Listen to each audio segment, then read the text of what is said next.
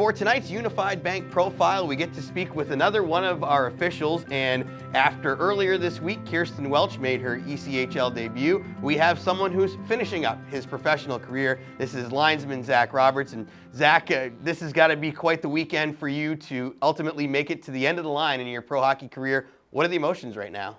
I know it's going to be at the end of the game. It's going to be tough, but I'm glad to have my family and a lot of my close friends here with me.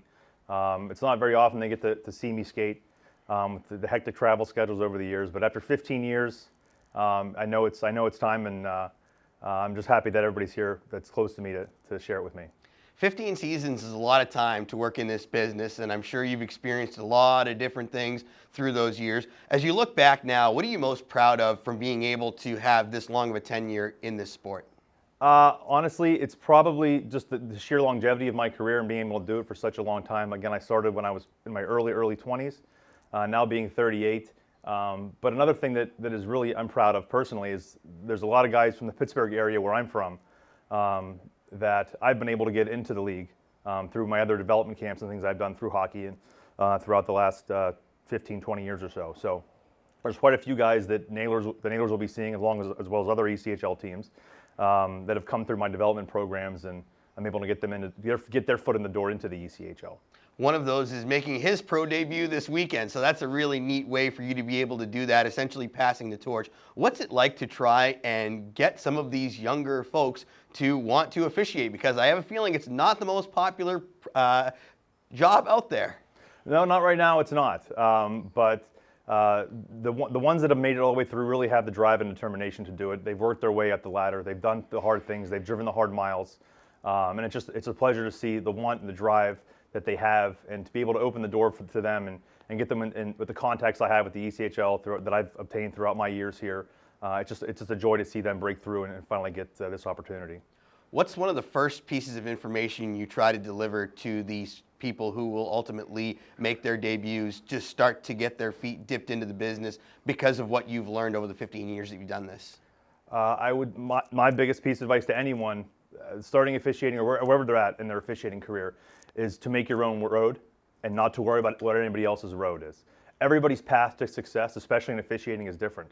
So don't worry about who else is getting other assignments in certain leagues, who's getting playoff assignments, who's getting the big game assignments. If you just keep focused, keep your head down, keep your mouth shut, and do what you're supposed to do, the way you're supposed to do it, your opportunities will come. What do you enjoy most about the on-ice product, whether it's something that you see from the talent level of the players, or maybe it's just something with the way you interact with players or coaches? I think it's the camaraderie. I really enjoyed it over the past 5-7 years or so when people know who I am. I've become a veteran. Coaches know who I am. Players know who I am. You're happy to see different coaches. You're happy to work in different buildings. That's something I know I'm going to miss, along with the camaraderie with the fellow officials. We are a team, and we see different people each and every night we're on the ice. But I know come Sunday morning, when that's all past me, I'll certainly miss seeing the guys when you lock in the locker room for the first time, an hour and a half, 2 hours before game time. What are the biggest changes that you've noticed over the years from the time that you started to now? Because that's a pretty decent window where the game has changed a lot, the mentalities have changed a lot. Mm-hmm. You have to have seen quite a bit go through some really big swaps. I think the biggest thing is that there's so much now with the video review and the tools that we're given and the league is given, any league is given, that a lot more rides on the referee's shoulders. Think about 12, 15 years ago, if Wheeling was playing Johnstown and somebody got boarded in the corner, the benches were jumping. Like it was all on chaos. Now, most of the time people are just looking at the referee for the call. So that's got to be the biggest thing. There's a lot more onus put on the referee's shoulders, and it's more difficult for the players to police the game with the rules the way they are now. This is a weird question because for the players and coaches, it tends to be easy because it's all driven on the team's success. But do you have a favorite moment? I can't imagine that you sit back and look and go, wow, I really nailed that icing call. That was incredible. But what jumps out to you as something that really was a big moment for you in your career? I just think probably in this level was working either the All-Star game in 2017. That was a blast. And again, I was able to bring my wife with me to that. And again, like I said before, it's not very often that any of my kids or my wife get to join me on any trips. So the 2017 All-Star game for the ECHL in Adirondack, or I was able to work 3 conference finals in a row in the early 2010s. That's something I always remember in a stage and a setting that I've never been a part of in any other level. And those are certainly moments I'll never forget. What do you all look forward to on a night-to-night basis, or even in your preparation as you get ready for a game?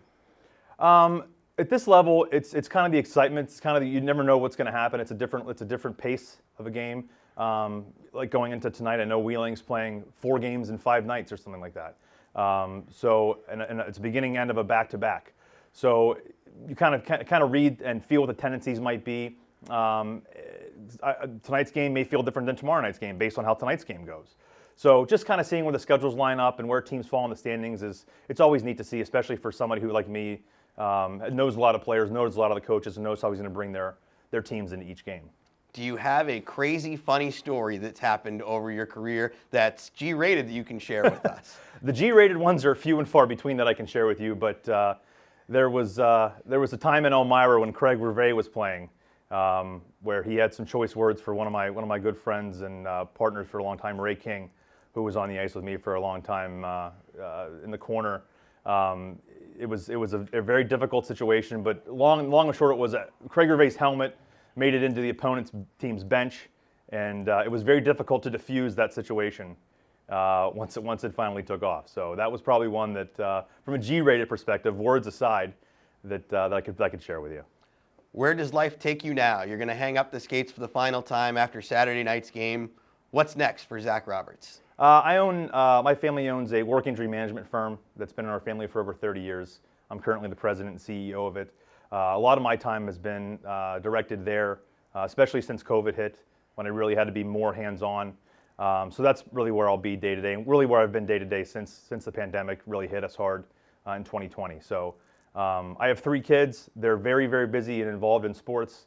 My son Connor plays hockey and in baseball. My daughter Riley does basketball and horseback riding, and my youngest Reagan daughter, she's only 3, but I'm sure she'll be following in the footsteps of those 2. So they certainly keep my wife Jamie and I busy, and between work and my wife and my kids, I know my weekends will be full.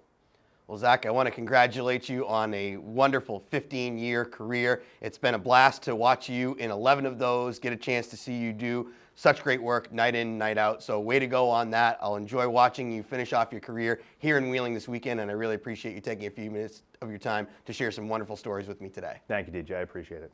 Linesman Zach Roberts, his final game is tonight at Westbanco Arena. More of our intermission coverage comes your way next on the Nailers Broadcast Network, presented by Main Street Bank.